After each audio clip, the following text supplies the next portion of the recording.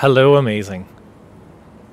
If you make a mistake, should you then beat yourself up over it and agonize in pain over the mistake so that you can really learn from it and avoid doing it again?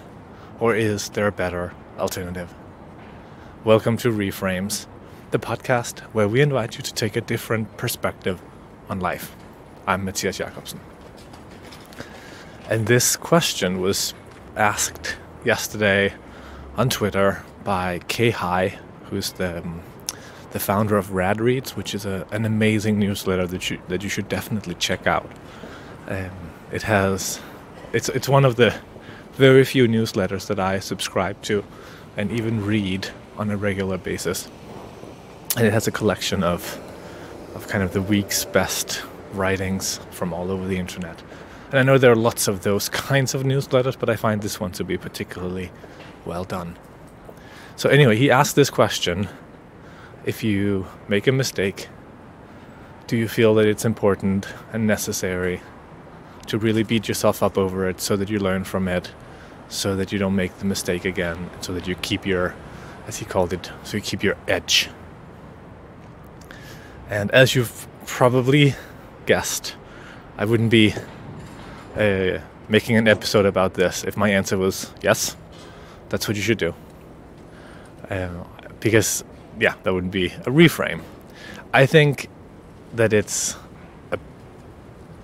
an entirely useless thing to beat yourself up. I think it's a flawed idea that by increasing the pain to yourself, that you can somehow amplify the learning and therefore make you less likely to make the mistake in the future. And I'll offer two kind of ways to think about it by way of analogy that I think actually hold for this.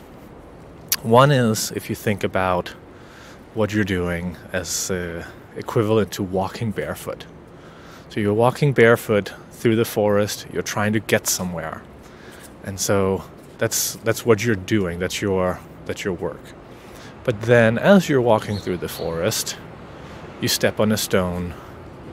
That's a mistake. It hurts under your foot.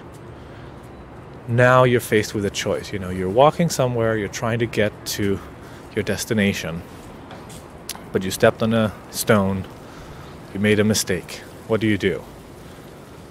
So in one case you can do what Kay's question was about, should you sit down and take out your pocket knife and then try to cut your foot open to increase the pain so that you won't step on stones in the future?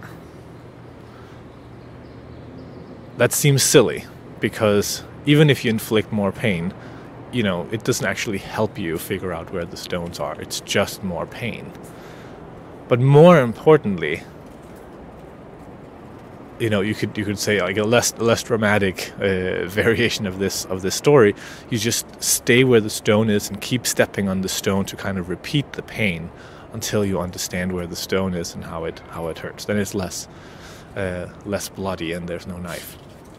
But even then, by sitting down and doing this painful thing, you're not moving anywhere.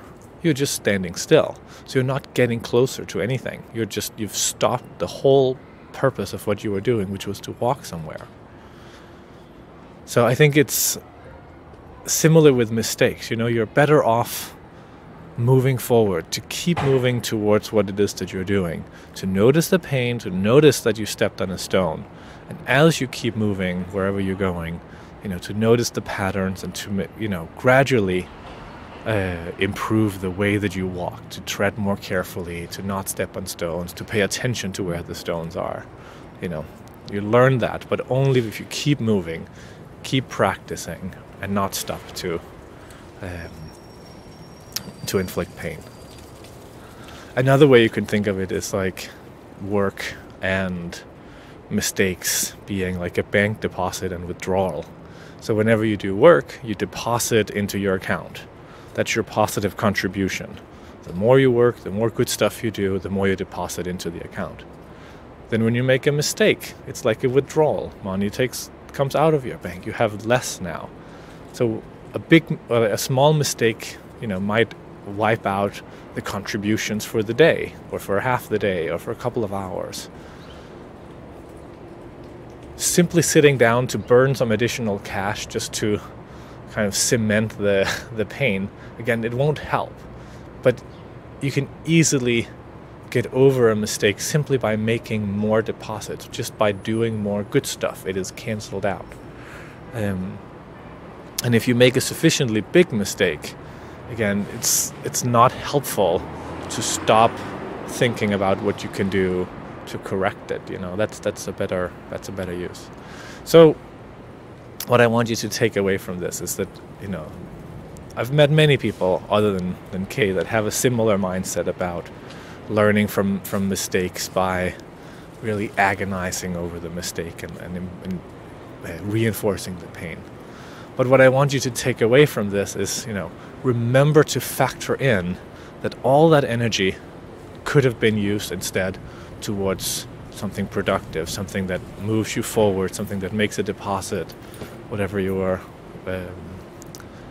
whatever reference makes most sense to you. That's the thing that is lost when the question is framed like it was initially. So factor that in, and in most cases you're most likely better off to move forward, and then just over time, you get the feedback from other people, you begin to see the patterns, and then you gradually adjust. That's all for today. Thank you for listening to Reframes, the podcast where we invite you to take a different perspective on life.